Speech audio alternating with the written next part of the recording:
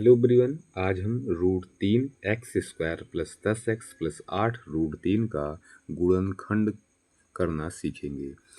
तो जब भी अगर एक्स स्क्वायर के गुणांक का मान 1 के बजाय कोई और भी संख्या है, 1 के अतिरिक्त कोई और संख्या है, तो हम उसका गुणा कर देते हैं सी में। सी मतलब अचर पद में कर देते हैं। तो हम देखो यहाँ करके देखते हैं, अंडर रूट 3 गुणे 8 अंडर रूट 3, ये रूट 3 का गुणा हो जाएगा 3, क्योंकि और ये और 8 हो जाएगा, आ जाएगा कितना 24 आ जाएगा। रूट 3 का गुणा होगा, रूट हट जाएगा, बचेगा 3, 8 बचा है, 8 त्रिक हो जाएगा 24। अब हम इस मध्य पद को इस प्रकार तोड़ेंगे कि गुणा करने पर क्या मिले, 24 मिले। अब हम 8 रूट 3 का ध्यान नहीं देंगे, हम अब ध्यान देंगे किसका, 24 का। मतलब 10 को इस प्रकार तोड़ना है कि गुणा करने पर क्या मिले, 24 मिले। और अचर पद के सामने प्लस का चिन्ह है, इसलिए जोड़ना है, तो जोड़ा जाए तो क्या मिले,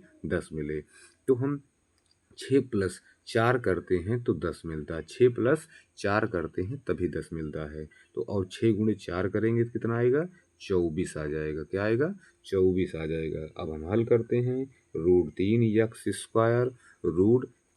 x² प्लस क्या आएगा, 10 को हम लिख सकते हैं 6x प्लस क्या हो जाएगा 4x प्लस 8 रूट 3।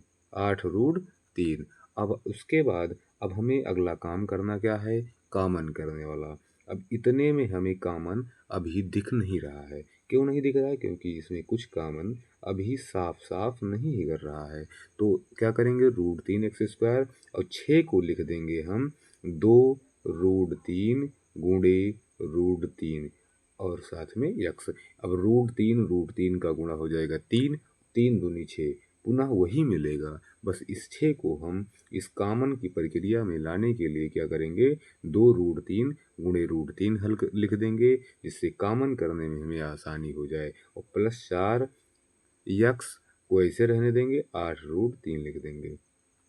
अब इतने में से आपको कॉमन करने के लिए दिख रहा होगा, यहाँ यक्स है, यहाँ भी यक्स है, यहाँ रूट 3 है, यहाँ भी रूट 3 है। हम रूट 3 और यक्स को कॉमन कर लेते हैं। यक्स क्या कितनी बार था, 2 बार, तो यक्स एक निकल गया, एक से एक यक्स बचा है। यहाँ से रूट 3 एक निकल गया है, तो 2 रूट 3 बचा और यक्स पूरा निकल ही गया था। प्लस अब हमने कल जो वीडियो डाली थी उस पे बताया था कि जो इसका ब्रैकेट में कॉमन हुआ है वही क्या होगा, अगले ब्रैकेट में भी कॉमन होना चाहिए। अगर कॉमन नहीं हो रहा है तो आपका प्रोसेस क्या हो जाएगा, गलत है।